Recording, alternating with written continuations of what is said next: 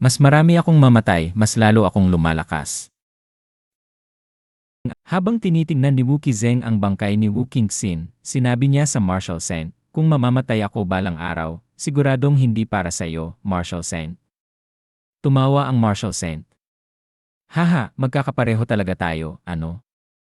Pwede mo rin akong subukang patayin, pero kalimutan mo na, hindi yan ang layunin mo. Ilan ang paparating? Sumagot si Wu Qizeng, 4 sa antas ng pagtatatag ng pundasyon. Ginagamit niya ng Xuanchen faction si Wu Qingxin bilang pain upang palabasin ka. Habang mabilis na pinapagaling ang sarili, sinabi niya, ito na ang kanilang huling hakbang, sinasamantala nila ang lahat bago hanapin ng emperador ang immortalidad. Samantala, nag-iisip si Qiao Mu sa sarili niya, ang taong ito ba ay nakipaglaban sa isang immortal kanina? Pinalayo niya sila. Paano niya nagawa iyon? At sa kabila ng matinding pinsalang natamo niya, agad siyang gumaling. Biglang naalala ng Marshal Shen. Halos nakalimutan ko, kailangan ko siyang pagalingin. Kailangan pa niyang patayin ang emperador. Hawak niya ang likod ni Qiao Mu. Naguguluhan si Wu Qizeng. Siya. Bigla siyang sumugod patungo kay Qiao Mu, tinitigan ito ng malapitan, at sinabi, naiintindihan ko na. Isang mata niya ang bulag, halos wasak na ang kanyang mga buto at dugo, at nawalan pa siya ng isang braso. Sinabi ni Qiao Mu, hindi mo na kailangang tingnan. Wala nang pag-asa para sa akin. Sumagot si Wu Qizeng, ayos lang. At biglang sinaksak niya ang sarili niyang tiyan. Hinanap niya ang sariling atay at hinugot ito. Sa gulat at pagkalito, sinabi ni Qiao Mu, ano ginagawa mo, bro? Ibinalik ni Wu Qizeng ang naputol na braso ni Qiao Mu at sinabing, ayan, ayos na. Gulat at naguguluhan si Qiao Mu. Ha? Sinabi niya kay Wu Qizeng, ano to, sa tingin mo gawa ako sa Lego? Naguluhan si Wu Qizeng, hindi alam kung ano ang Lego. Biglang nakaramdam ng sakit si Qiao Mu habang muling nakakabit ang kanyang braso. May kung anong lumobo sa ilalim ng kanyang balat at bigla siyang napaduwal. Tinitigan niya ang kanyang kamay at sinabi sa sarili, totoo nga, gumaling ako. Ang medikal na kakayahang ito ay mas mahusay pa kaysa kay Wang Song. Isa na namang tao na kayang talunin ako. Sinabi ng Marshal Shen, Qizeng, iiwan ko siya sa'yo. Pagalingin mo siya at papuntahin agad sa kanyang landas. Paparating na ang mga target mo. Samantala, sa loob ng karwahe, inihatid ng Flying Fish Guard Chuxing ang emperador. Tahimik na hinawakan ni Emperador Yonghe ng dayan ang kanyang espada. Sa Tiger City Tea House, nagsimula ang isang kwento. Sinabi ng tagapagsalaysay, ang kwentong ikukwento ko ngayon ay galing sa isang gwapong espada na nais manatiling hindi kilala. Sinasabing ilang araw ang nakalipas, inimbitahan ng Marshal Shen ang banal na babae ng Immortal Sect, si Wu Qingxin, sa isang liblib na lugar. Doon, matindi silang naglaban sa ilalim ng liwanag ng buwan. Hanggang sa wakas, pinabagsak ng Marshal Shen ang banal na babae at tuluyang sinipsip ang kanyang enerhiya. Napamura ang isang lalaki. EO. Pati ang sarili niyang ampon, hindi pinatawad. Sumagot ang kanyang kaibigan, inalagaan niya ito sa loob ng 50 taon, tapos ginamit lang niya ng ganun. Galit na pumukpok ng mesa ang isa pang lalaki. Hayop siya. Isang demonyo. Sa di kalayuan, may isang lalaking nagsabi, palala ng palala ang Tide Listening Pavilion nyo. Pati ba naman Marshal Shen, pinapalaganap nyo ng chismis? Si Wu Qingxin ay isang traidor sa ating landas ng martial arts. Malinaw na nilinis lamang ng Marshal Shen ang taksil ng kunin niya ang kanyang panloob na enerhiya.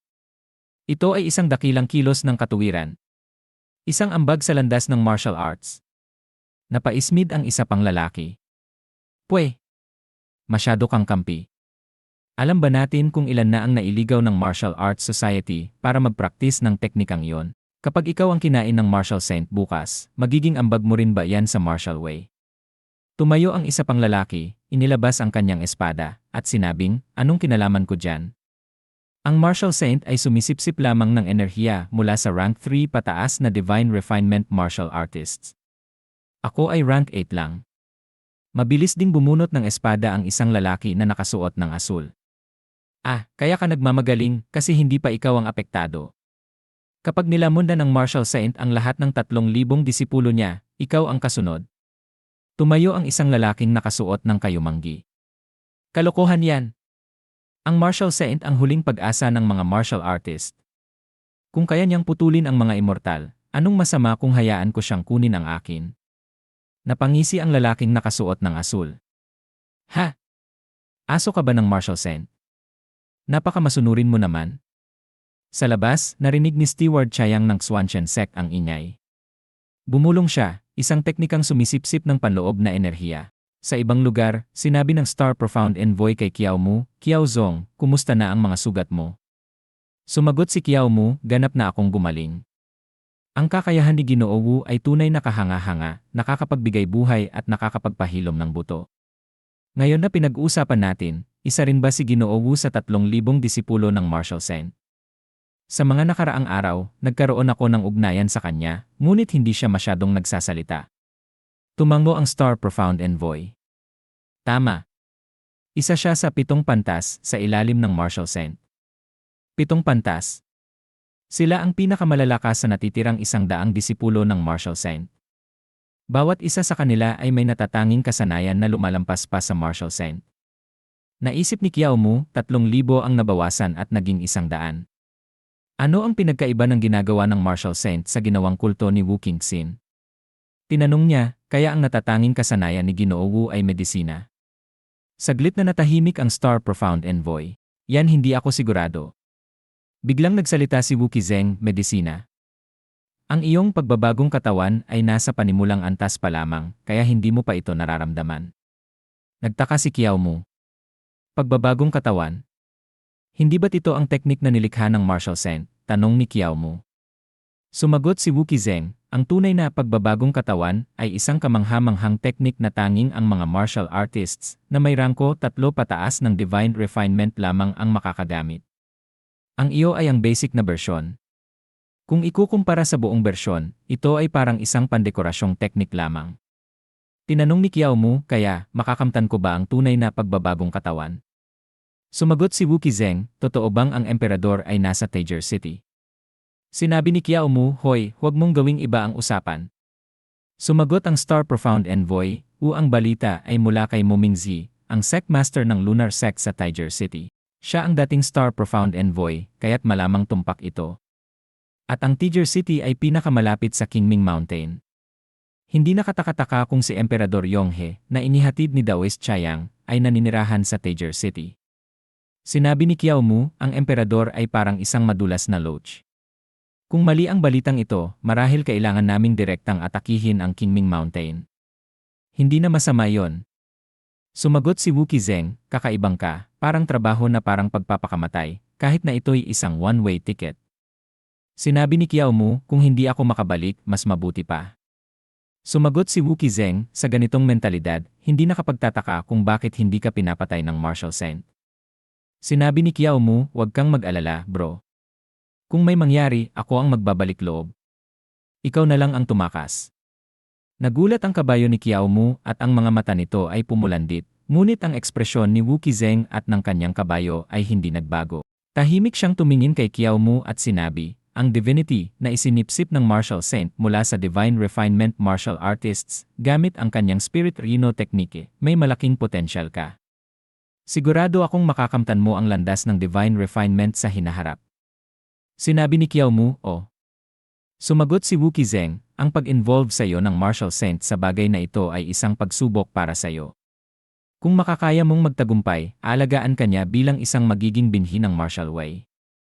Kung mabigo ka, magiging pagkain ka lang niya. At dagdag pa niya, ang pagsubok lamang ng martial saint ay makakamtan mo kung mabubuhay ka. Naguguluhan si Kiao Mu, ha? Kailangan ko bang mabuhay?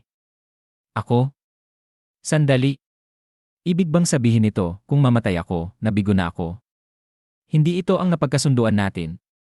Ang teknik ay maaari ring ipadala sa pamilya Kiao kahit patay na ako. Wala akong reklamo. Sinabi ni Wu Qizeng, pupunta muna tayo sa lunar sect upang makipagkita kay Mo Mingzi. Star Profound Envoy, pumunta ka at ipaalam sa martial saint. Sinabi ng Star Profound Envoy. Sumagot si Kiao Mu, wag mong gawing kalahating pangungusap lagi. Sa paanan ng Qingming Mountain, sa Taeger City, sa loob ng lunar sect, sinabi ni Kiao Mu, dapat ay isang malaking sekta ito sa ilalim ng martial arts society, kaya't bakit wala ni isang tao sa pintuan? Sumagot si Wu Qizeng, walang tumanggap sa atin, talagang ang kakaiba. Habang naririnig nila ang mga tunog, sinabi ni Wu Qizeng, may umiiyak at naamoy ko ang dugo. Sinabi ni Qiao Mu, mukhang may nangyari.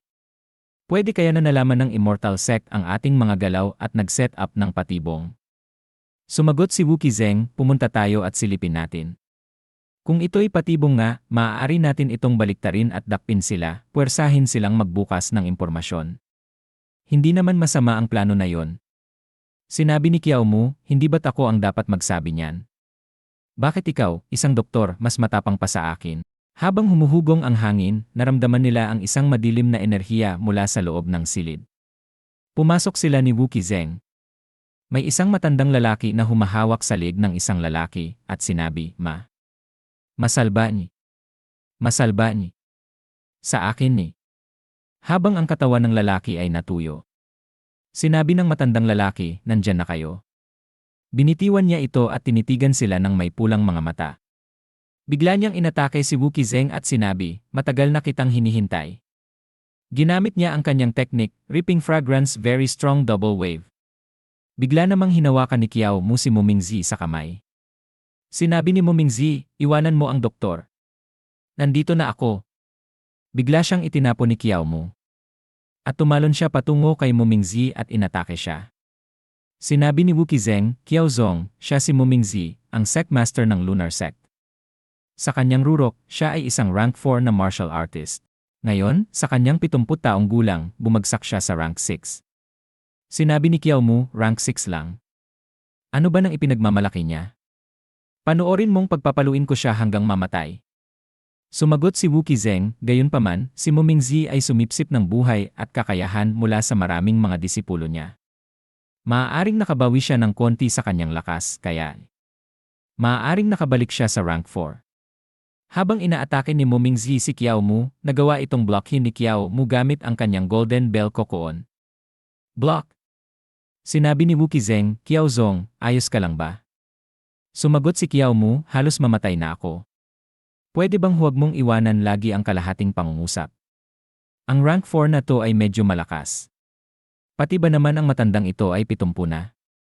Habang naghahanda si Mumingzi para sa isa pang atake, tumalon siya patungo kay Qiao Mu at sinabi, bakit ka pa lumalaban? Mas mahina ka sa akin.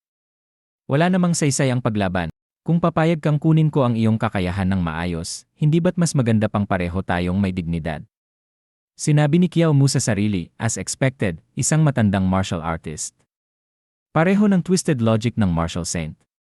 Mas malakas ang inner energy niya ng 50-60% kaysa sa akin, pero ang Celestial Demon Dismantling Technique ay tiyak na makakatalo sa kanya. Pero sabi ni Wu Qizeng, hindi ako pwedeng mamatay sa pagsubok na to, itatabi ko na lang ang Celestial Demon Dismantling Technique para mamaya. Habang patuloy na tumatalon si Qiao Mu, pinanood ni Wu Qizeng at sinabi sa sarili, gamitin ko ang kalamangan ng aking movement technique upang patuloy na gumalaw at maghanap ng pagkakataon upang mag-counterattack. Isang magandang taktika. Maaring gumana ito laban sa mga karaniwang kalaban, pero ang kasalukuyang Mumingzi ay hindi susunod sa mga patakaran. Biglang kumislap ang mga mata ni Mumingzi ng pula. At inatake niya si Qiao Mu, ngunit nagawa ni Qiao Mu na makaiwas. Sinabi ni Qiao Mu sa sarili, ang matandang ito ay nakakita agad ng aking movement technique. Biglang pinigilan ni Qiao Mu ang kanyang sarili at kinayod ang dibdib ni Mumingzi gamit ang Ripping Double Wave at nabasag ang sternum ni Mumingzi. Sinabi ni Qiao Mu, nabasag ang mga tadyang, akin ang kalamangan. Sinabi ni Mumingzi, hindi, nahawakan na kita. Habang hinahawakan niya ang paa ni Qiao Mu. Sinabi ni Qiao Mu sa sarili, hindi ba't natatakot ang matandang ito sa kamatayan? Ha? Parang pamilyar ito. Habang itinulak ni Mumingzi si Qiao Mu sa lupa. Sinabi ni Qiao Mu sa sarili, anong nangyayari? Serious na ang kanyang mga sugat, pero hindi siya nagpapakita ng anumang reaksyon.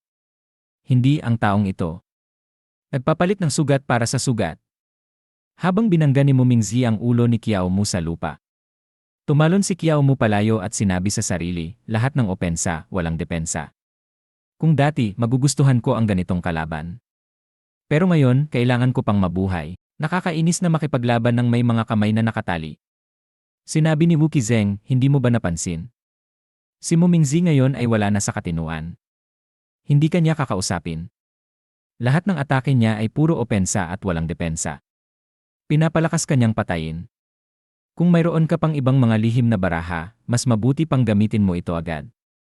Habang ang katawan ni Mumingzi ay namamaga. At ang kanyang mga braso ay lumaki. Sinabi ni Mumingzi, kung hindi ka magiging isang binhi, magiging pagkain ka. At agad siyang dumakma kay Kiao Mu gamit ang malalaking braso at kamay. Ginamit ni Kiao Mu ang kanyang teknik, shadow step. Habang tinitingnan ni Kiao Mu si Mumingzi, at piniga siya na parang isang maliit na daga.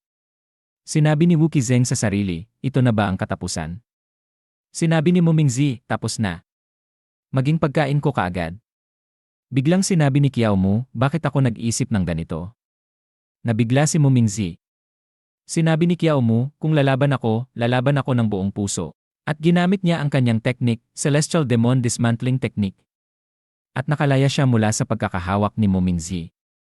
Bigla niyang inatak gamit ang rippling double wave at tinamaan ang mukha ni Mumingzi. At isa pang rippling double wave habang ang kanyang tuhod ay tumama sa mukha ni Mumingzi. At isa pang rippling double wave habang ang kanyang kamao ay tumama sa mukha ni Mumingzi. Sinabi ni Kiao Mu, hahaha. Ngayon, ito'y nakakatuwa. Ginamit ni Kiao Mu ang kanyang teknik, rippling triple wave, final blow at tumilapon si Mumingzi. At nahulog sa lupa. Tumatagilid sa sakit si Mumingzi at sinabi, "Of. Ano ako?" Nagpatong si Kiao Mu ng paa sa kanyang dibdib.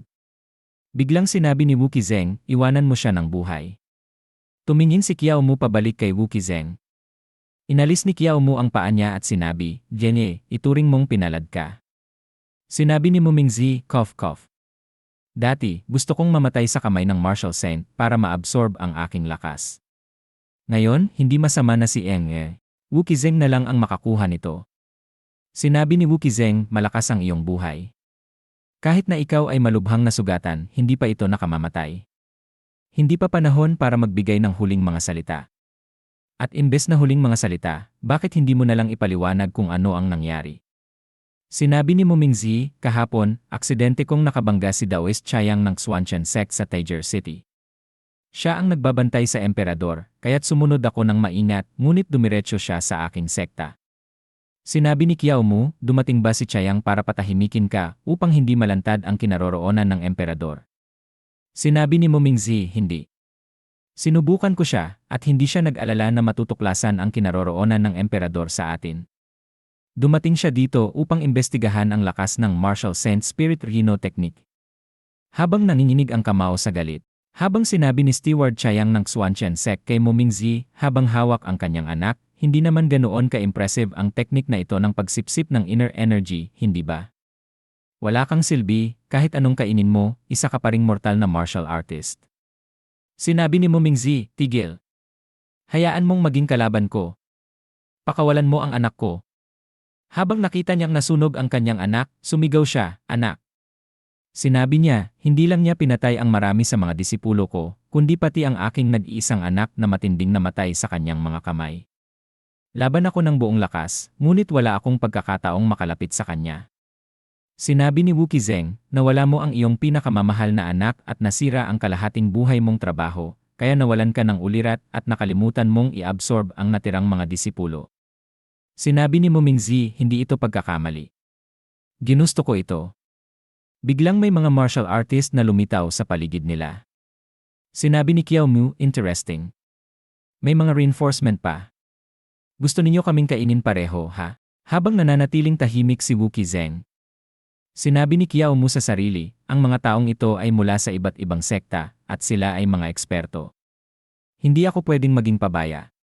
Habang nagsimula silang maglapit kay Kiao Mu at Wu Qizeng, nagsimula magsabog ang mga sugat ni Kiao Mu. Sinabi ni Kiao Mu sa sarili, ang mapalibutan at atakihin ay sobrang disadvantageous. Ang pinakamahusay na estratehiya ay ang makalabas muna sa pagkaka-circle. Biglang lahat sila ay lumuhod. Nagulat at nalito si Kiao Mu habang patuloy na sumasabog ang kanyang mga sugat. Sinabi ni Kiao Mu, anong nangyayari? Sumusuko na silang lahat bago pa man tayo lumaban. Ganito ba kalakas ang aking aura? Habang patuloy na dumudugo ang kanyang mga sugat. Sinabi ni Mumingzi, ako ay isa na lamang hamak na tao ngayon. Paano ko hindi maisusumbong ang impormasyon? Ganyan malilinlang ang Marshal Saint upang dumating dito. Matanda na rin naman ako. Mas mabuti pang isakripisyo ko na lang ang aking tumatandang katawan. Pakiusap, Marshal Saint, patayin mo muna ako, at pagkatapos, patayin mo ang dayuhang iyon. Sila ay mga martial artist na nawalan ng mga tahanan at pamilya dahil sa mga dayuhan, at lahat sila ay may mabuting puso. Itinuro ko sa kanila ang Martial Saint Spirit Rhino Technique, at sa akin, na bumalik na sa ika-4 na ranggo. Ngayon, karapat-dapat na kami upang maging pagkain ng Martial Saint, tama ba? Sinabi ni Wu Qizeng, hindi ko maintindihan. Bakit kayo handang mamatay para sa Martial Saint?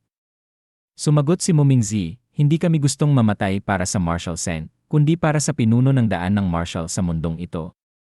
Habang umiling siya, nagpatuloy siya, noon, lumaban ang mga tao sa mga dayuhan. Sa harap ng pang-aapi, lahat ay matapang at nagkaisa laban sa karaniwang kaaway. Ngunit ngayon, yumuyuko at nagmamakaawa sila sa mga dayuhan, nagtatayo ng mga templo at nag-aalay ng sakripisyo, sinasamba sila at nananalangin sa mga immortal upang bigyan sila ng kapayapaan at kaligtasan, at upang protektahan sila mula sa mga natural na sakuna. Ngunit paano malalaman ng karaniwang tao kung ilan sa tinatawag na natural na sakuna ay nilikha ng mga dayuhan upang makuha ang tiwala ng mga tao? Narinig ni Mumingzi si Steward Kinyang ng Xuanchen Sect na nagsabi, Senior Brother, inutusan tayo ng Master na magdala ng mga natural na sakuna, kaya bakit tayo pinapadala upang mamahagi ng lugaw at magbigay ng tulong? Sumagot si Steward Chayang ng Xuanchen Sect, hehe, ito ang madalas sabihin ng ating Master bilang ang dao ng insenso. Ang dakilang yan dynasty ay dapat manatiling magulo, hindi ito maaaring maging payapa. Ngunit hindi rin ito maaaring maging sobrang magulo. Ang mundo ay puno ng paghihirap at ang mga tao ay nasa kadipitan. Dahil dito, magsisindi sila ng insenso at sasamba sa mga Diyos, nagbibigay ng walang humpay na daloy ng insenso at kapangyarihan ng panata. Sinabi ni Steward Kinyang, ngunit kung ang mga digmaan, natural na sakuna, at taggutom ay magdudulot ng matinding pagbaba ng populasyon, hindi rin ito magiging maganda. Kaya kapag malapit na silang maubos, kailangan nating mag-abot ng kamay at iligtas ang mga tao mula sa kapahamakan. Tumawa si Steward Chayang, haha, Junior Brother, mabilis kang natututo. Sinabi ni Steward Kinyang, lahat ito ay dahil sa mahusay na pagtuturo ng Senior Brother. Biglang pinukpok ni Mumingzi ang lupa gamit ang kanyang kamao. Habang nanginginig at pinagpapawisan sa galit, sinabi niya, sa paglipas ng panahon, tuluyan tayong magiging mga alagang hayop na inaalagaan ng mga dayuhan. Sinabi ni Kiao Mu sa kanyang sarili, kaya pala sinabi ni Wang Songhe na madalas ang mga natural na sakuna nitong huli at hindi ito normal. Napakaraming tao sa Yan City ang nawalan ng tirahan at naging mga bandido. Posible kayang sila rin ay naging biktima ng mga immortal. Sinabi ni Mumingzi, malakas ang dao ng mga immortal at mahina ang martial dao. Napag-iwanan na ng martial dao ang immortal dao ng halos 1,000 taon. Habang tumatayo siya, sinabi niya, ngunit may mga alamat din sa mundong ito tungkol sa pagpasok sa dao sa pamamagitan ng martial arts. Ang Martial Saint ang pinakadakilang pag-asa ng ating mga martial artist. At lahat sila ay sumigaw, handa kaming maging mga tuntungan para sa pinuno ng daan ng martial upang lipulin ang mga dayuhan. Kahit kaunting pagbabawas lang sa agwat, handa kami. Sinampal ni Kiao Mu ang kanyang mukha habang patuloy na dumudugo ang kanyang sugat at sinabi, handa, Inlay As. Sumigaw si Mumingzi, ignoranteng bata. Hindi mo ito naiintindihan, biglang sunod-sunod na sinampal ni Kiao Mu ang kanyang pangit na matandang mukha at sinabi, isara mo ang iyong maruming bibig na walang ibang alam kundi magkalat ng kalokohan. Kung hindi ililigtas ng mga tao ang kanilang sarili, kahit ang langit ay hindi sila matutulungan. Isa na ang pagiging duwag mo, pero huwag mong idamay ang iba.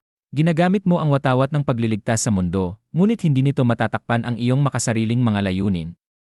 Dahil sinasabi mong ito ay para sa kapakanan ng karaniwang tao, hindi ba kabilang ang iyong mga disipulo sa mga yon? Hindi mo ba narinig ang kanilang mga sigaw ng tulong bago mo sila sinipsip hanggang sa mamatay? Ano ang pinagkaiba ng iyong ginawa sa ginawa ng mga dayuhan? Sinabi ni Kiao Mu sa kanyang sarili, aray na maga ang kamay ko sa pagsampal. Sinabi ni Mumingzi, hindi ito ay para sa martial way ako eh.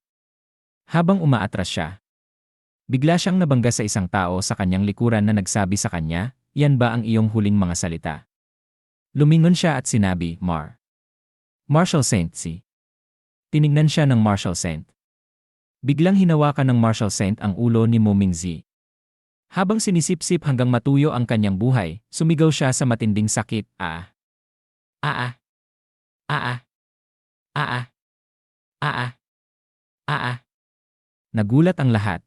Sinabi ng Marshal Saint, "Nadarama ninyong wala kayong kapangyarihan laban sa mga dayuhan, at matapos mawalan ng pag-asa, inilalagay ninyo ang inyong pananampalataya sa tinatawag na pinuno ng daan ng Marshal.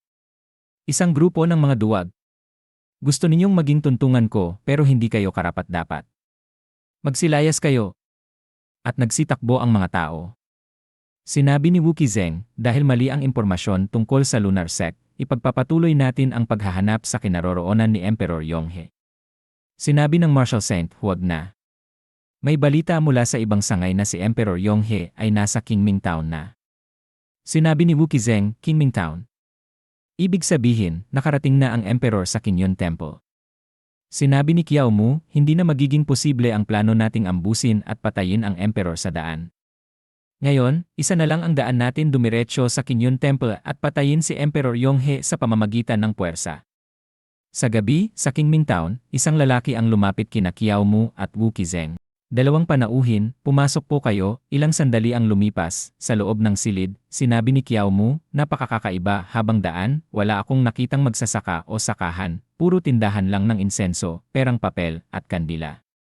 Maaari kayang ang ikinabubuhay ng mga tao sa bayang ito ay mula lang sa pangangalakal at pagpapaupa ng bahay sa mga pilgrim mula sa ibang lugar?" Sumagot ang lalaki, "Hehe, kayo pala ay mula sa ibang lugar. Dito, hindi na kailangang magsaka. Naawa sa amin ang mga immortal ng Xuanchen sect. Basta't araw-araw kaming nagdarasal at umaakyat sa bundok para sumamba sa mga Diyos, hindi na namin kailangang mag-alala tungkol sa pagkain o damit. Siyempre, para lang ito sa mga may rehistradong tirahan sa bayan, at hindi madaling makuha ito. Kinakailangan ng 10 taon ng taimtim na panalangin, araw at gabi, nang walang patid.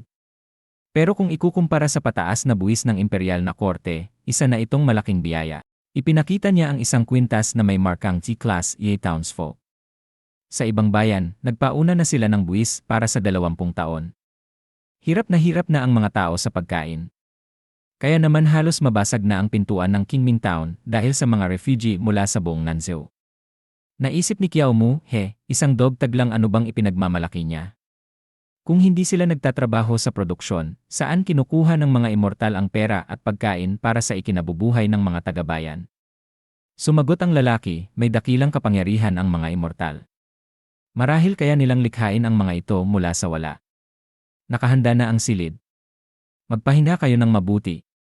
Kung may kailangan kayo, huwag kayong mag-atubiling magtanong." Sinabi ni Qiao Mu, "Sige."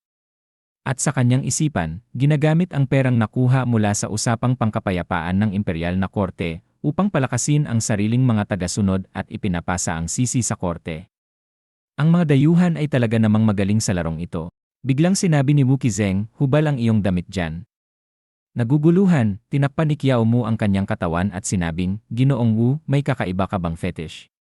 Sumagot si Wu Qizeng, "Ginamit mo kanina ang Celestial Demon Dismantling Technique at malubha ang iyong sugat. Gagamutin kita." Agad na hinubad ni Qiao Mu ang kanyang damit at sinabing, "Huwag kang magpanggap. Alam kong pinagnanasaan mo lang ang katawan ko. Sige, tingnan mo na."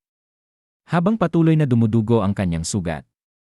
Sa galit at inis, sinabi ni Wu Qizeng, "Papatahin kita ngayon kung hindi ka maniwala." Sinabi ni Qiao Mu, "Nagbibiro lang, Ginoong Wu, huwag mong seryosohin." Wu Qizeng, nakakabagot. At sinaksak niya ang dibdib ni Qiao Mu. Inilabas niya ang laman nito, at sa pagkagulat, sinabi ni Qiao Mu, "Kahit ilang beses ko nang makita, nakakamangha pa rin. Tunay ngang kamangha-mangha ang body transformation technique." Wu Qizeng, "Ganoon ba? Subukan mo rin kaya?" Biglang hiniwa ni Wu Qizeng ang katawan ni Qiao Mu at ipinasok ang kanyang laman sa sugat nito. Dahan-dahang bumaon ang laman sa katawan ni Qiao Mu at unti-unting nagsara ang sugat. "Wu Qizeng, ang mga panlabas mong sugat ay hindi problema, pero ang mga panloob mong pinsala sa mga ugat ng enerhiya dahil sa Celestial Demon Dismantling Technique ay medyo mahirap gamutin. Kapag pumasok ang aking dugo at laman sa katawan mo, maaari nitong direktang ayusin ang iyong mga panloob na sugat." Kiao Mu, ibig sabihin ba nito ay malaya ko nang magagamit ang Celestial Demon Dismantling Technique sa hinaharap? Wu Qizeng, pinapayuhan kitang huwag maging pabaya. 3 araw ang kailangan para tuluyang gumaling ang iyong mga ugat ng enerhiya. Siyempre, hindi ito makakaapekto sa plano mong pagpatay sa emperador. Kiao Mu, 3 araw. Alam mo ba ang eksaktong oras ng pagsamba ng emperador? Wu Qizeng, ang unang araw ng susunod na buwan ay isang maswerteng araw, angkop para sa pagsisindi ng insenso at pagsamba sa mga Diyos. Malapit na ang operasyon. Narito ang teknik na ito para sa iyo, nagniningning ang mata ni Kiao Mu at sinabing, body transformation. Ito ba ang buong bersyon na binanggit mo noon? Kinuha ni Wu Qizeng ang isang aklat. Body transformation. Sinabi ni Kiao Mu, talagang ibibigay mo ito sa akin. Ginoong Wu, hindi ka na maaaring bumawi. Walang limitasyong paggaling kasama ang Celestial Demon Dismantling Technique. Ako na ang magiging pinakamalakas. Wu Qizeng, syempre. Lumabas ang isang system notification, body transformation loading. Napatingin si Kiao Mu sa likod at sinabi, pero walang libreng tanghalian. Ito ba ay utos ng Marshal Sen? Wu Qizeng, medyo akin din kagustuhan. Kiao Mu, ano ang ibig mong sabihin sa medyo? Huwag mong bitinin ang pangungusap mo. Wu Qizeng, Kiao Zong, ikaw at ang ilan pang miyembro ng pamilya Kiao kayong lahat ay mabubuting tao na inuuna ang katuwiran kaysa sariling buhay. Habang tumalikod, sinabi ni Wu Qizeng, pero sana, alagaan mo rin ang sarili mong buhay. Ang Marshal Saint ay palaging matigas ang ulo at nagtitiwala lamang sa sarili niya. Anong mga alas at paraan ang meron siya, at anong antas ng lakas ang naabot niya, kahit ako ay hindi sigurado. Kiao Mu, natakot ka bang masyado akong magtitiwala sa kanya at susubukang isakripisyo ang sarili ko alang-alang sa katuwiran, nahahantong lang sa walang saysay na kamatayan? Katulad ni Mu Mingzi.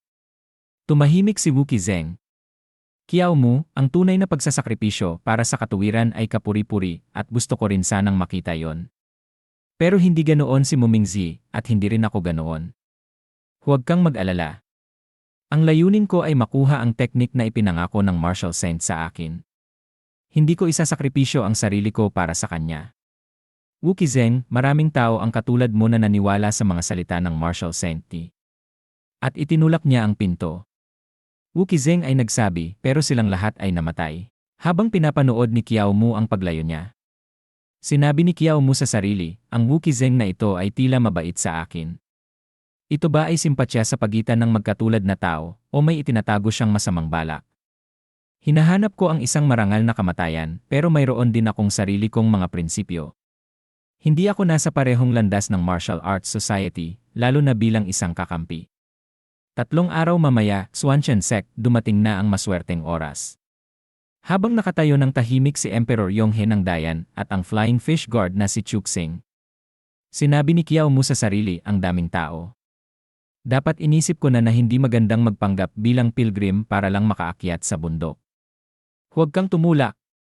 Ang Spirit Rhino Technique ng Marshal Saint ay nagre-reaksyon, may mga tao mula sa Martial Arts Society sa hanay ng mga pilgrim. Marahil narito rin mismo ang Marshal Saint. Sinabi ni Kiao Mu, hintay. Sinabi ni Steward Chayang ng Xuanchen Sect, ang pangunahing bulwagan ng aming Immortal Sect ay nasa unahan. Ipinagbabawal ang pagpasok ng mga mandirigma. Sinabi ni Steward Kinyang ng Xuanchen Sect, mangyaring pumasok ng mag-isa upang mag-alay ng insenso. Habang tinitingnan sila ni Emperor Yonghe ng Dayan, sinabi niya kay Flying Fish Guard Chuxing, manatili ka rito. Sumagot si Flying Fish Guard Chuxing. Habang naglalakad siya pasulong. Sinabi ni Emperor Yonghe ng Dayan sa sarili, syempre, alam kong ang pakikipagtulungan sa Xuanchen Sect ay parang pakikitungo sa isang tigre. Kung magbibigay pugay ako sa mga immortal ngayon bilang isang ordinaryong pilgrim, marahil magkakaroon pa ako ng puwang upang makagalaw sa hinaharap. Habang pinagmamasdan ni Steward Chayang at Steward Kinyang si Emperor Yonghe ng Dayan, tumango si Steward Chayang kay Steward Kinyang. Biglang tumunog ang kampana. At isang gintong enerhiya ang bumalot sa gusali. At may tinig na nagsabi, Emperor Yonghe, ngayong nakita mo na ang mga immortal, bakit hindi ka lumuhod? Paulit-ulit na tinanong ng mga immortal, bakit hindi ka lumuhod? Bakit hindi ka lumuhod? Bakit hindi ka lumuhod? Sinabi ni Emperor Yonghe ng Dayan sa sarili, niloko nila ako. Ginamit nila ang pangalan ng pakikipagtulungan para akitin akong mag-alay ng insenso. Ang totoong layunin nila ay ipakita sa mundo na lumuhod ako sa harap ng mga immortal. Patuloy ang pagtatanong ng mga immortal, bakit hindi ka lumuhod? Habang umatras siya ng bahagya. Sinabi ni Emperor Yonghe ng Dayan sa sarili, hindi ko kaya. Hindi ako luluhod. Hindi ko kailanman maaaring lumuhod. Bigla siyang tumingin sa bangin sa likod niya at nagulat. Habang sinasabi ng mga tao, mahal na hari, magbigay-pugay kayo sa mga Diyos. Habang patuloy silang humihiling kay Emperor Yonghe ng Dayan. Sinabi ni Flying Fish Guard Chuxing sa sarili, ano bang nangyayari? May isang taong nagsabi, mahal na hari, magbigay-pugay kayo sa mga Diyos. Sinabi ni Flying Fish Guard Chuxing sa sarili, nang tumunog ang kampana, lahat ng pilgrim ay nabaliw. Alam ba nila na narito ang kanyang kamahalan ngayon? Hindi ito tama.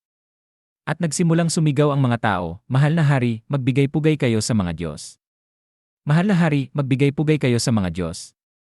Mahal na hari. Ang mga pilgrim na ito ay may mali. Huwag mo silang pakinggan. Mahal na hari. Mahal na hari. Mahal na hari, magbigay-pugay kayo sa mga Diyos.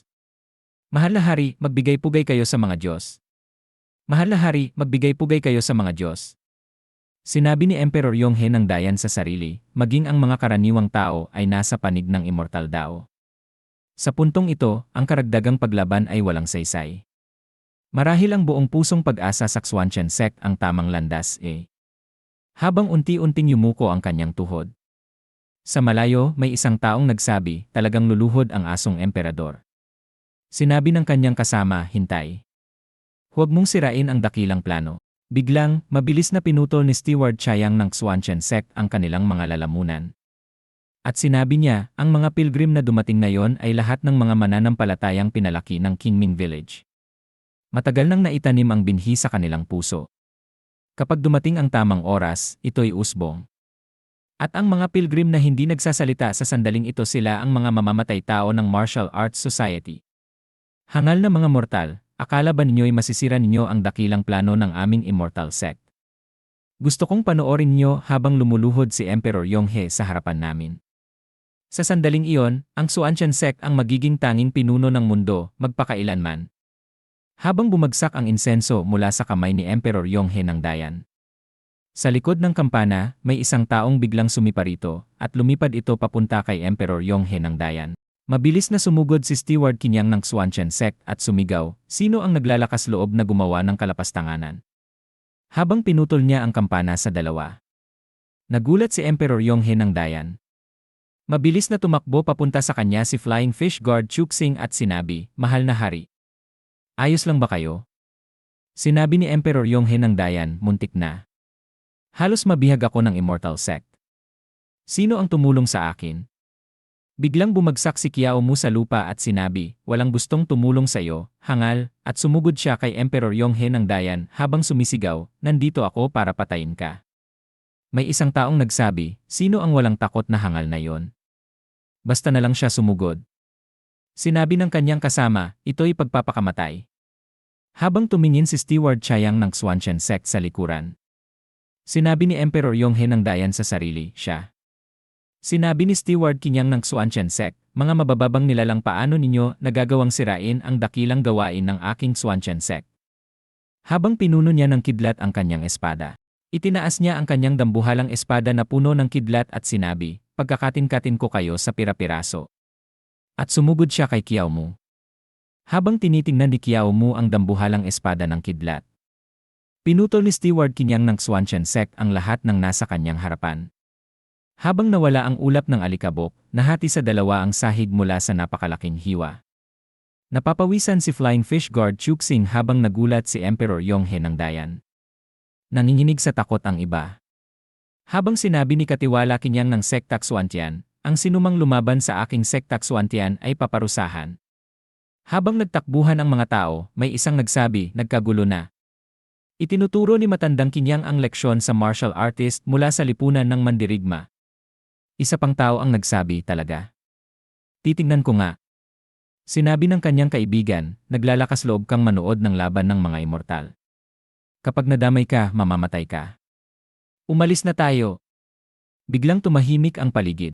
Sinabi ni Tanod ng lumilipad na isda, Chuxing, sa sarili, bago marating ang banal na pagpapakinis, hindi mo mahuhulaan ang galaw ng kalaban. Sa ilalim ng pormasyon ng espada na ito, tiyak na patay na siya. Sinabi ni Chuxing sa iba, malinaw na ba sa inyo? Ito ang kaibahan ng mga mortal at mga immortal. Ngayon, wala ni isa sa inyo ang makakaalis ng buhay sa lugar na ito. Habang lumulutang siya sa ere at itinutok ang kanyang espada sa ibang martial artist, biglang lumitaw si Kiao Mu sa likuran niya at nagsabi, ang taas ng kinatatayuan mo, hindi ka ba nilalamig? Sabay umatake si Kiao Mu, ngunit nagawang harangin ni Katiwala Kinyang ng Sektak Swantian ang kanyang sibat. Napatilapon si Katiwala Kinyang sa lupa at napaisip, imposible. Maliwanag na nawala ang kanyang lakas buhay kanina. Bakit mas nakakatakot siya ngayon? Tumalon si Kiao Mu patungo kay Katiwala Kinyang at galit na sinabi, malaking immortal, natatakot ka ba? Habang tuloy-tuloy ang pag-atake ni Kiao Mu, patuloy namang umiiwas si Katiwala Kinyang. Sinabi ni Kiao Mu sa sarili, kahit hindi ako manalo, kaya kong magtiis. Pinatay nila ako kaagad kanina pero iyon mismo ang gusto ko.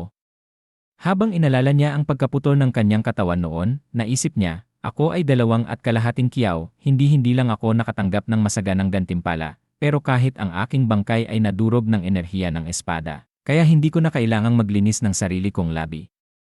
Lumabas ang abiso ng sistema, ebalwasyon ng kamatayan, kaluluwa sa ilalim ng espada ng dayuhan, gantimpala ng kamatayan, puntos ng kasanayan, 56 balansing puntos ng kasanayan, 50 natitirang magagamit na haba ng buhay, 54 bilang ng muling pagkabuhay sa loob ng 7 araw. 4/5, nagastos ko na ang 72 puntos para ipalit sa transformasyong katawan matagumpay, 100%.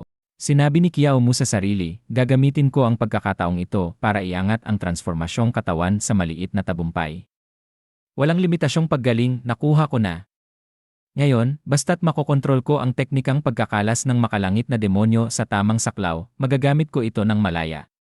Dagdag pa, may natitira pa akong 4 na pagkakataon ng muling pagkabuhay pwede kitang patayin ng paulit-ulit, kahit ikamatay ko pa.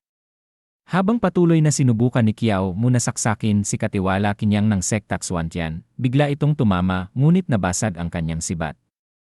Napasigaw siya sa isip, gininto ang proteksyon ng katawan. Sinabi ni Katiwala Kinyang, naglalaro lang ako sa'yo, basura. Sabay niyang itinulak si Kiao Mu gamit ang 2 daliri, dahilan upang ito'y lumipad palayo na parang langgam. Napaupo si Kiao Mu sa isang pader, nakatusok sa kanyang puso ang espada. Isang lalaki ang nagsabi habang pawis na pawis sa gulat, kalbaryo ito ba ang tunay na kapangyarihan ng mga immortal? Sinabi ng kanyang kaibigan, ang mga martial artist na halos umabot sa 3 ranggo ay laruan lang sa kanilang paningin. Sinabi ni Katiwala Kinyang, Gene, natuhog ng Kingming Sword ang iyong puso. Kahit isa kang immortal, hindi ka makakaligtas. Bigla siyang natigilan at lumingon sa likuran niya. Sinabi ni Kiao Mu, tunay ngang isang banal na espada, kahit isang immortal, iwas dito. Habang unti-unting gumagaling ang sugat ni Kiao Mu. Idinagdag niya, gayunpaman, maganda nga ang espada pero hindi magaling ang manlalaban. Ang huling galaw mo ay lumihis ng kalahating pulgada. Sabay sabi niya sa sarili, haha. Magugulat ako kung tumama yon. Ginamit ko ang transformasyong katawan para ilipat ang aking puso. Sabay bunot sa espada at sinabing, ako, isang martial artist, ang magtuturo sa iyo, isang immortal, kung paano gamitin ang espada. Habang sumugod siya kay Katiwala Kinyang gamit ang kasanayang, dalisay na yang walang hanggang espada. Ngunit nagawang iwasan ni Katiwala Kinyang ang espada gamit lamang ang kanyang kamay. Patuloy na umatake si Kiao Mu gamit ang espada. May isang tao sa karamihan na sumigaw, sige. Pugutan mo ng ulo ang hayop na yan. Sinabi ng kanyang kaibigan, ipakita mo sa immortal na yan ang lakas nating mga martial artist. Isa pang tao ang nagsabi, astig. Kapatid, kung manalo ka, pupurihin kita habang buhay. Sinabi ni Emperador Yonghe ng Dayan sa sarili, talagang nagawa niyang baligtarin ang sitwasyon. Posible bang kayang lumaban ng landas ng martial arts sa immortalidad? Sinabi ni Katiwala Kinyang sa sarili, hindi makatwiran. Umaasa lang siya sa aking mahiwagang kayamanan para magwala sa harap ko. Kung matatalo ako, mababawasan ang dangal ng aking Sektak Swantian. Tiyak na paparusahan ako ng aking mga nakatatandang kapatid at mga nakatatanda. Hindi ako pwedeng matalo. Kahit maubos ko ang aking mahalagang kakanyahan, kailangan kong patayin siya. Sabay bunot niya ng isang anting-anting at ginamit ang kasanayang, apoy ng hininga ng nagniningas na araw, magsiklab. Lumabas ang isang dambuhalang dragon at gumapang ang kuryente kay Kiao Mu, dahilan upang mapasigaw siya sa sakit, Tawa ni Katiwala Kinyang, haha. Ang aking apoy ng nagniningas na araw ay kayang tupukin ang isang tao hanggang maging abo. Kahit isang martial artist na nasa banal na pagpapakinis ay hindi matitirang buto. Tingnan natin kung paano mo Biglang lumabas ang abiso ng sistema, natitirang bilang ng muling pagkabuhay sa loob ng 7 araw, 3 sa 5, ngumiti si Kiao Mu at sinabing, kaya't dapat akong magpasalamat sa iyo, dakilang immortal. Tinanggal mo pa ang abala ko sa pagkolekta ng sarili kong bangkay. Upang masuklian kita mamatay ka na. Sabay sugod niya pabalik kay Katiwala Kinyang. Si Steward Kinyang ng Xuanchen Sect ay nagsabi sa kanyang sarili, paano ito posible? Habang nakatingin kay Kiao Mu, biglang lumitaw si Steward Chayang ng Xuanchen Sect at ibinagsak si Kiao Mu sa lupa. Sinabi ni Steward Chayang ng Xuanchen Sect, walang silbi. Ni hindi mo man lang kayang harapin ang isang mababang uri. Sinabi ni Steward Kinyang ng Xuanchen Sect, naging pabaya ako. Habang si Kiao Mu ay nakadikit sa lupa, sinabi niya sa kanyang sarili, hindi ako makagalaw. Siya ba si Chayang? Pakiramdam ko mas mahirap siyang labanan kaysa kay Kinyang. Sinabi ni Steward Chayang ng Xuanchen Sect, Emperador ng Dayan, huwag kang mag-alala. Hindi hahayaang saktan ka ng mga asasin ng Xuanchen Sect kahit katiting. At dahil ikaw ay laging magalang, tiyak na magbibigay galang at magpapakumbaba ka sa aming Xuanchen Sect bilang pasasalamat, hindi ba? Sinabi ni Emperor Yonghe ng Dayan sa kanyang sarili, sobra na sila. Hayagan nila akong tinatakot.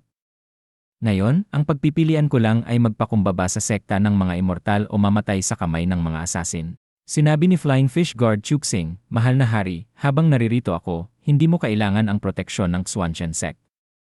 Sinabi ni Steward Chayang ng Xuanchen Sect, kahit isa kang martial artist ng divine refinement, baka hindi mo mapigilan ang napakaraming asasin. Biglang may umubo mula sa malayo, at may lumura ng plema na parang bala patungo kay Steward Chayang ng Xuanchen Sect. Mabilis itong iniwasan ni Steward Chayang. Ibinato ni Flying Fish Guard Chuxing ang kanyang patalim patungo sa plema at sinabi, mahal na hari, mag-ingat. Habang nagbanggaan ang plema ng Martial Saint at ang patalim, nagulat si Flying Fish Guard Chuxing at sinabi sa sarili, isang bungkos lang ng plema ang bumasag sa aking Flying Star Knife. Posible ba? Nag-alab sa lakas ang Martial Saint habang tumawa, hahaha. Pinapayagan mong lumakas ang iyong maliliit na tauhan. Ngayon, hindi mo na mapigilan at napilitan kang lumaban, hindi ba? Sinabi ni Steward Chayang ng Xuanchen Sect, ang daga sa imburnal na nagtago sa loob ng 40 taon sa wakas nagpakita ka rin. Habang papalapit ang Martial Saint, sinabi ni Kiao Mu sa sarili, tama ang hinala ko, hindi simpleng pagpatay ang nangyayari rito. Ang pagpatay kay Emperor Yonghe sa ilalim ng mata ng Xuanchen Sect ay mas mahirap pa kaysa umakyat sa langit. Hindi maaaring inilagay ng Martial Saint ang lahat ng kanyang pag-asa sa isang plano. Mas mainam kung may isang tao na magpapasimula ng kaguluhan bago sumalakay at ako ang sundalong iyon. Sinabi ni Steward Chayang ng Xuanchen Sect, ngayon ang araw ng pagsamba ni Emperor Yonghe sa mga immortal. At ito rin ang araw na ganap ng aalisin ng Xuanchen Sect ang matagal nilang kaaway. Mga kasamahan, halina't samahan ako sa pagpatay sa Martial Saint. Habang pinalilibutan ng mga kaalyado ni Steward Chayang ng Xuanchen Sect ang Martial Saint, sinabi niya, pinuno ng daan ng martial arts, tunay ngang lumakas ka nitong mga nakaraang dekada. Sayang lang napasok mo ang landas ng demonyo, kaya nararapat kang parusahan. Tumawa ang Martial Saint, ako'y demonyo at kayo ang immortal. Nag-alab ang kanyang lakas. Sinabi niya, kung demonyo o immortal ang nagwawagi ang magpapasya. Habang nakatayo siya ng mas mataas kay Steward Chayang ng Xuanchen Sect, sinabi ni Steward Kinyang, matandang kapatid, naging pabaya ako kanina. Bigyan mo ako ng isa pang pagkakataon. Sinabi ni Steward Chayang, gagamitin mo ba ang teknik na yon? Biglang lumitaw ang mga espada sa paligid niya. Sinabi ni Steward Kinyang ng Xuanchen Sect, pinuno ng martial way, ito ang pinakamalakas na teknik ng espada na inensayo ko sa loob ng 30 taon. Kung may tapang ka subukan mong salagin ito. At pinakawalan niya ang espada patungo sa Martial Saint. May isang taong lumulutang sa ere at nagsabi, gaya ng inaasahan, kay nakakatandang kapatid Kinyang tunay ngang nakamamangha ang lakas ng teknik na ito. Ang kaibigan niya ay nagsabi, gusto ko sanang makipagsagupaan ng ilang beses sa pinuno ng Marshall Way. Sayang naman. Ngunit ngumiti lang ang Marshall Saint at sinabi, 30 taong pag-ensayo. Para lang magdulot ng kaunting alikabok sa akin. Ayos, huwag na nating sayangin ang oras umatake na kayong lahat ng sabay-sabay.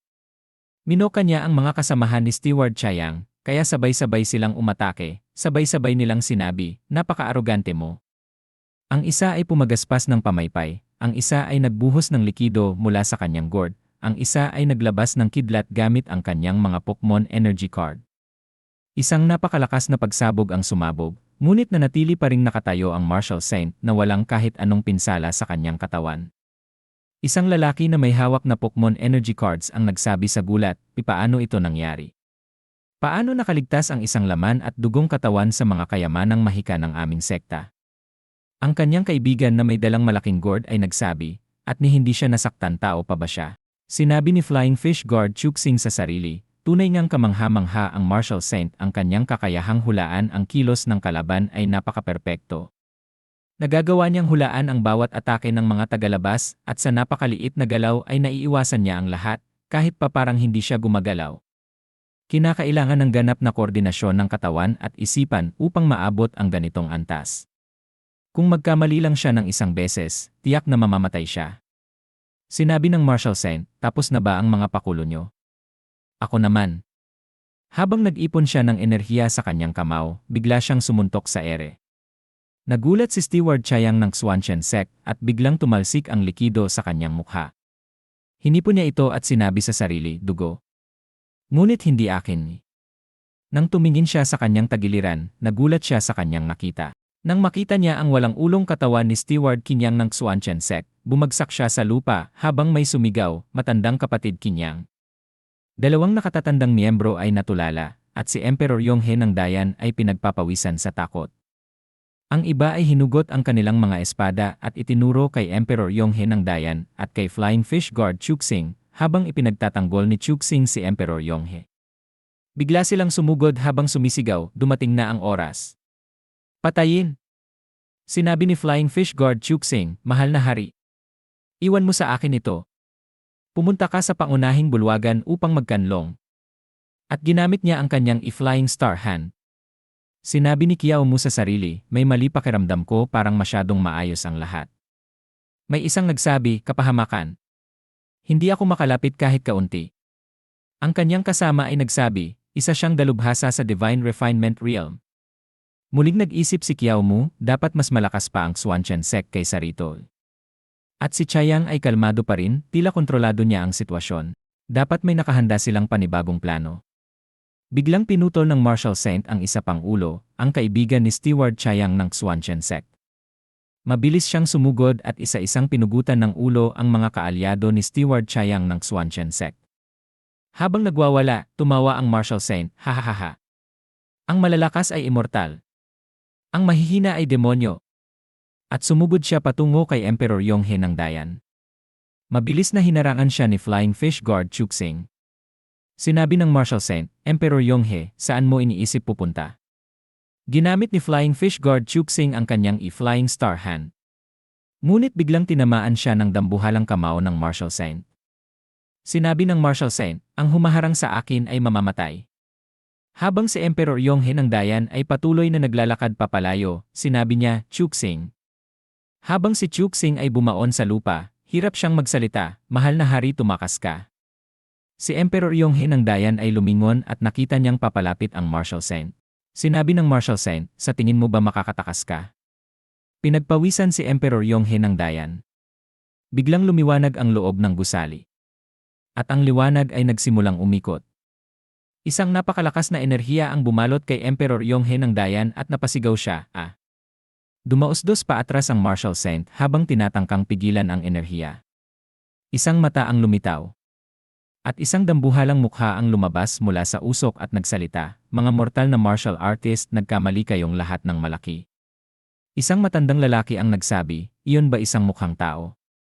Isang kalbong lalaki ang nagsabi, halimaw. Ang isa pa nilang kasama ay nagsabi, paano natin lalabanan ito? Sinabi ng nilalang, ang pumatay ng isang immortal bilang isang mortal ay isang mabigat na kasalanan. Kayo ay paparusahan ng 5 kidlat, at ang inyong katawan at espiritu ay ganap na mawawasak. Mortal, harapin mo ang iyong kamatayan. At bigla nitong inatake si Marshall Saint. Tinamaan siya at napasigaw sa sakit. Ah! Kasama ang iba na nadamay sa matinding pag-atake. Ngunit nagawang makatakas ni Kiao Mu gamit ang kanyang shadow step. Nang lumingon siya, pinagpawisan siya at sinabi sa sarili, ito ang reserbang plano nila. Hindi ito ang tunay nilang plano mula pa sa simula. Pinapanood lang ng mga eksperto ang laban mula sa umpisa. Kung hindi lang naging walang silbi si Chayang, hindi nila kailangang kumilos ng ganito. Sa antas ng mahikang ito, hindi ko alam kung kakayanin pa ng Marshall Saint. Habang pinipilit tiisin ni Marshall Saint ang atake, lumaki at bumakat ang kanyang mga ugat habang ang kanyang katawan ay unti-unting nagkakadurog-durog mula sa matinding enerhiya. Itinaas niya ang kanyang kamay at itinuro ang kanyang palad kay Emperor Yonghe ng Dayan at kay Flying Fish Guard Chuxing. Kahit tinatanggap niya ang matinding atake, hindi siya bumagsak. Sinabi ni Emperor Yonghe ng Dayan sa sarili, tinitignan niya ako. Habang si Kiao Mu ay tumalon sa likuran. At habang nananatiling nakatayo, patuloy na tiniis ni Marshall Saint ang nakamamatay na enerhiya na bumabalot sa kanya. At dito na nagtatapos ang video natin ngayon. Maraming salamat sa panonood, sobrang na-appreciate ko kayo lahat. Kung nagustuhan nyo ang content, huwag kalimutang i-like at mag-subscribe para hindi nyo ma-miss ang susunod na mga videos. May gusto kayong sabihin o may tanong? Mag-comment lang sa baba, gusto kong marinig ang opinyon nyo. Hanggang sa susunod mga kagoto. Stay awesome, stay curious, at kita-kits sa next video.